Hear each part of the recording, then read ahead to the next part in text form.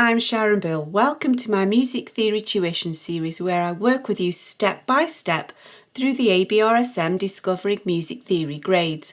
I'll work through every single exercise and explain everything you need to know.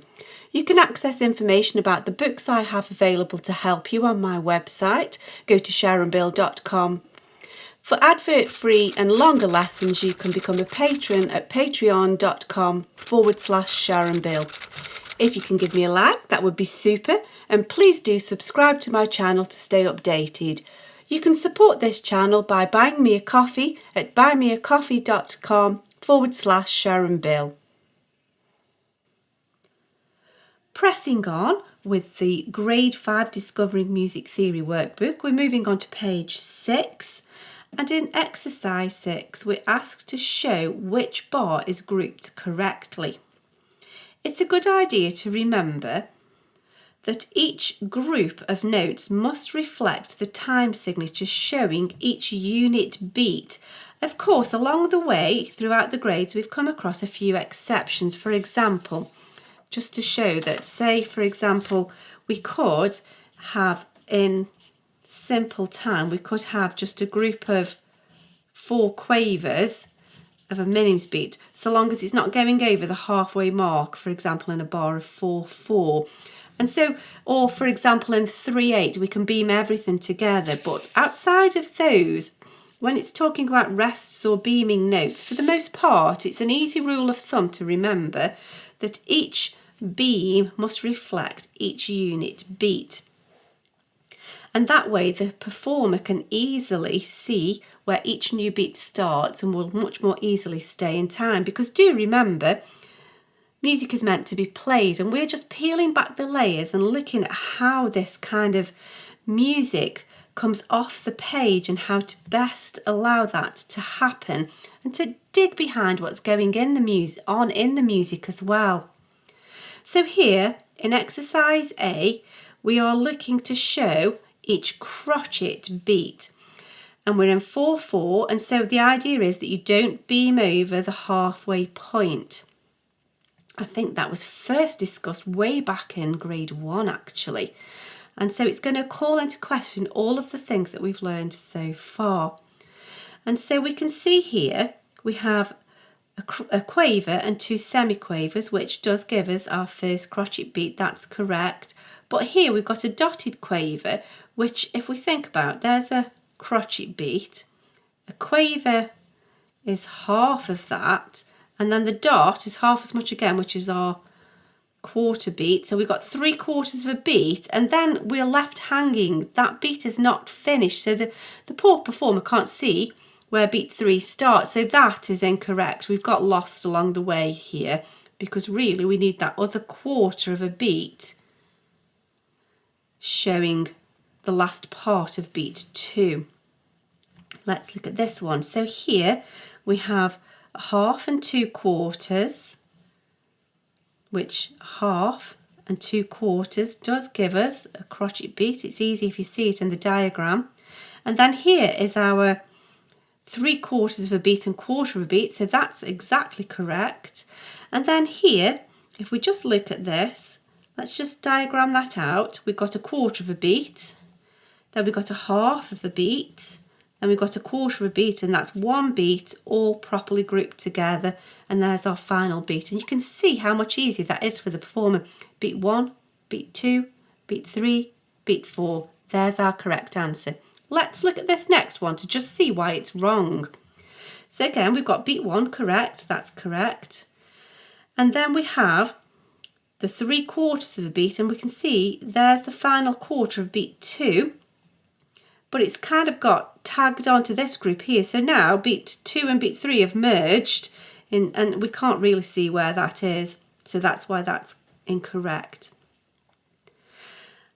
Now, looking at this next one, we can consider that we are in 9/8, which is triple time, and we're looking for 3 groups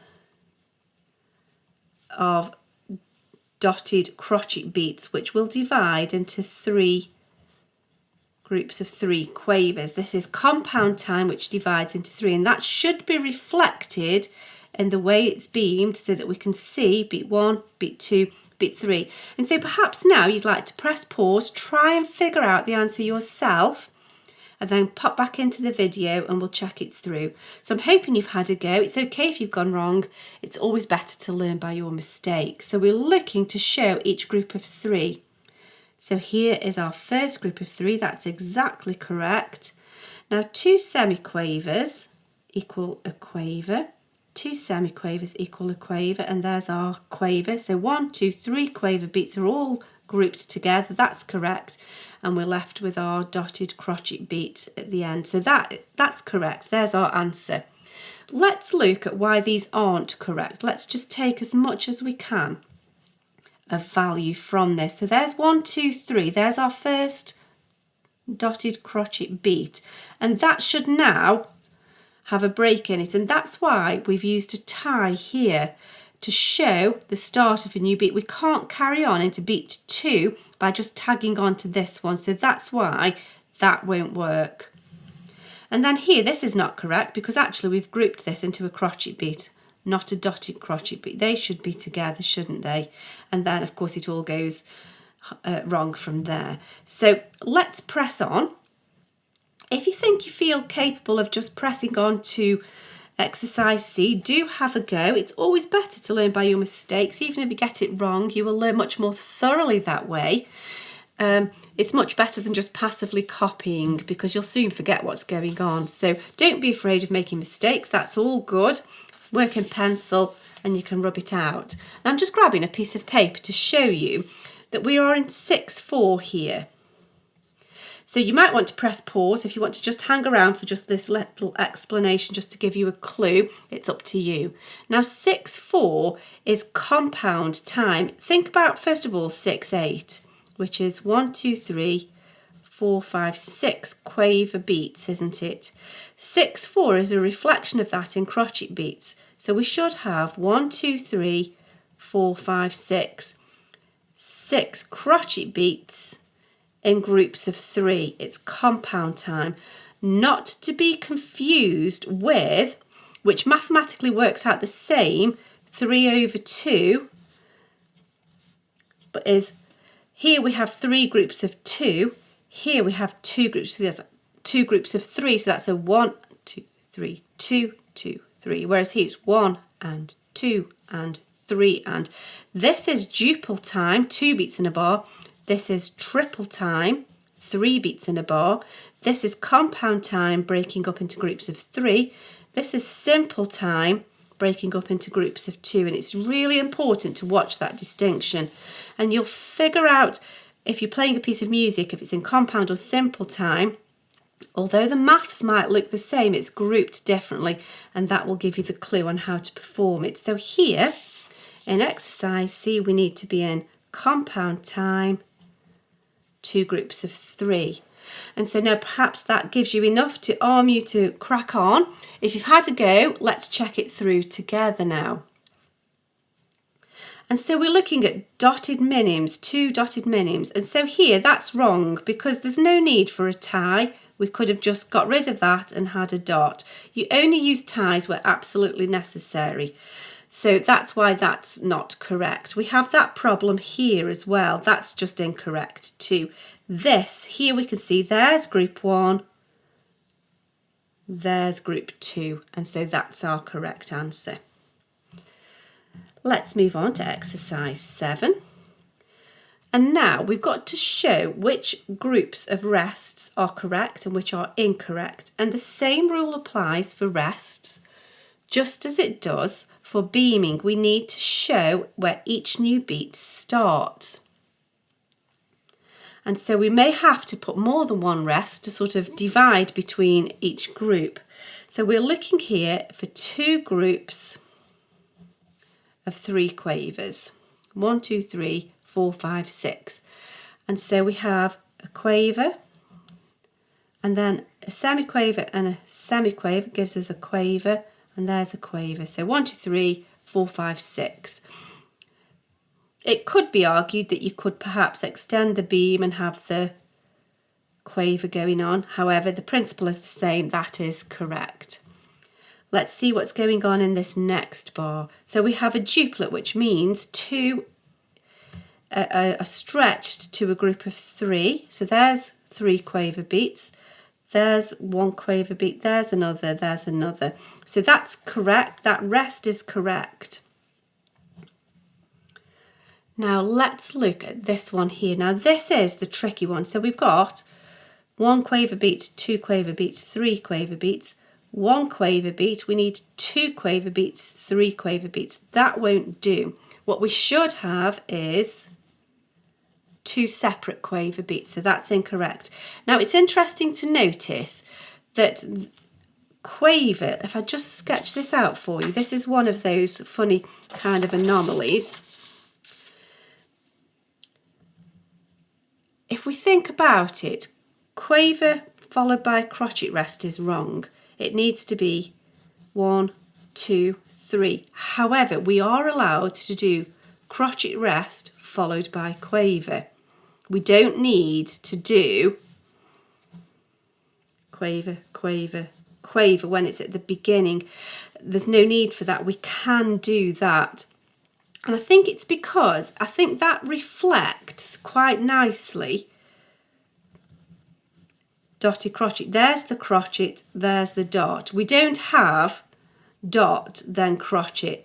And so I think that's perhaps a good explanation of why we don't have it the other way around. So just be aware of that. It's a little bit tricky. So that one is incorrect. Let's press on to this next exercise. So we've got 3 minim beats per bar. So we need to show each new beat. So there's beat 1, there's beat 2, there's beat 3. However, there's no need to split that minim beat into 2 crochet beats. We could just have a 1 beat because that's our 1 unit beat rest. So that is incorrect. So let's see what we have here. So here's beat 1, there's 1 minim beat, there's another minim beat, there's another minim beat, and that's finishing off the first half of that minim beat. So that's correct.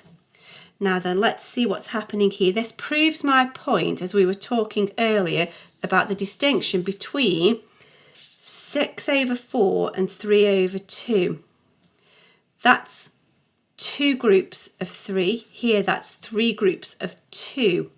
So we've got dotted crochet beats, dotted minim beats or minim beats. Now here what's happened is they've slipped into 6/4. Really it should be a minim tied, because there's beat 1, there's beat 2, there's beat 3. That's incorrect. They've slipped into compound time there. That's incorrect. That is implying 6/4. Let's complete this final one. So now we've got some small divisions of notes, so I think we're going to have to do a bit of scribbling to figure out where each quaver beat is. We need to show each quaver beat. So there's beat 1. Let's just work backwards. There's beat 2, and we know that a quaver divides into 2 semiquavers, which divides into 4 demi-semiquavers. 1, 2, 3. There's our 4th demi-semiquaver, all of which will give us beat 2, and that's correct. That's just finishing the group of 4 demi-semis. Let's see what's happening here. So here we have 2 semiquavers, which gives us a quaver. Here we have a quaver, and then we have half as much again. Now half of a quaver is a semiquaver, and we've got a semiquaver's worth left, haven't we? Because we want a quaver which divides into 2 semiquavers. There's the first. This should be a semiquaver, and they've written it as a demi-semiquaver. I'm going too far down the line there. We just want a semiquaver, not a demi-semiquaver. That's incorrect. There's not, that rest isn't actually big enough, is it? And then here we have beat 1, beat 2, beat 3. That's correct. Let's continue with the challenge now. So we've been talking about irregular time signatures, and these can be grouped in different ways, and that's shown by the way the notes are beamed. So here we have 5/8, which could be mixtures of 2s, 3s and 4s really, or 3s and 4s as it would work out. So here we can see we've got our first bracket, which is showing the crotchet, which is worth 2 quavers, and then there's a final quaver. So we've got a group of 3, and then here we've got a group of 2 quavers or 4 semiquavers. So that you can see that there's our even number, there's our uneven number. So we've got 3 plus 2. So here we've got 3 plus 2, and here we've got 3 plus 2. So that's how we're going to bracket it. So here's our first bracket. If I go through my scribble, we've got a 3 and a 4. We've got a 3, well, a 3 and a 2, isn't it? And then we've got a 3 and 2. Well, I've sort of done that, haven't I? There. Or I suppose we could, let's just, that's a bit short, isn't it? Let's just tidy that up. A 3 and a 2, because there's the second quaver beat kind of holding on. There's a 3. And then let's just get rid of that and show the group of 2 quaver beats getting us to the end of the bar. I hope this is helpful to your studies. Please do like and subscribe to stay updated. If you'd like to support this channel, you can buy me a coffee, and for advert-free lessons you can become a patron. Do visit my website where you'll find many resources available to help you. Visit sharonbill.com. Thanks for watching. Bye.